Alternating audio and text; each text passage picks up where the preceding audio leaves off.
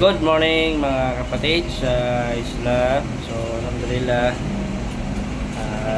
sa duty na naman tayo. So medyo haba-haba na ang aking buhok. Hindi na ako nakapag-gupit. Inshallah sa bukas ng Sunday kapag-gupit tayo, no? At siyempre pag dahil umaga ay kailangan natin magkape. So dahil may binigay si Ustaga sa akin kagabi, si Baya Ustaga ay galing sa Mindanao.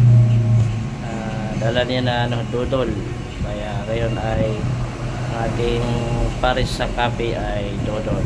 Mashallah, thank you sa pasalubong.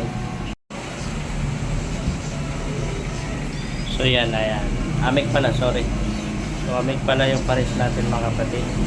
Yung kalahati nito kagabi kinain ko. So bismillah.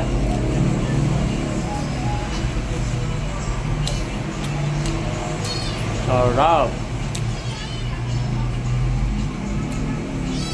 Ito na amig, no? Mga hindi lang kalat sa amig.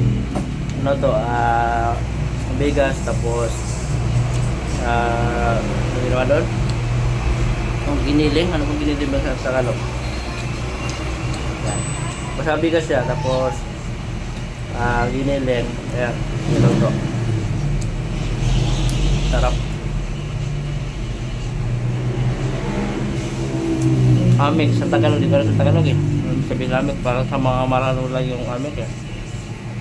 Para sa Luzon, sa mga marano lang ito, pwede makuha sa mga Maguindanao, marano, Luzon. Yan mga kapatid, dahil tinatikim natin si Usman ng dudol.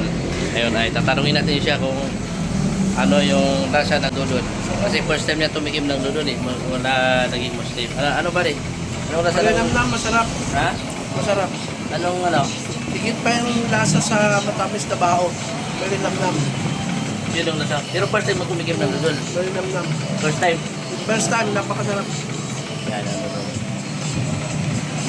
Yan. May kapatid na Usman. Masarap, the best. Tubong Bicol.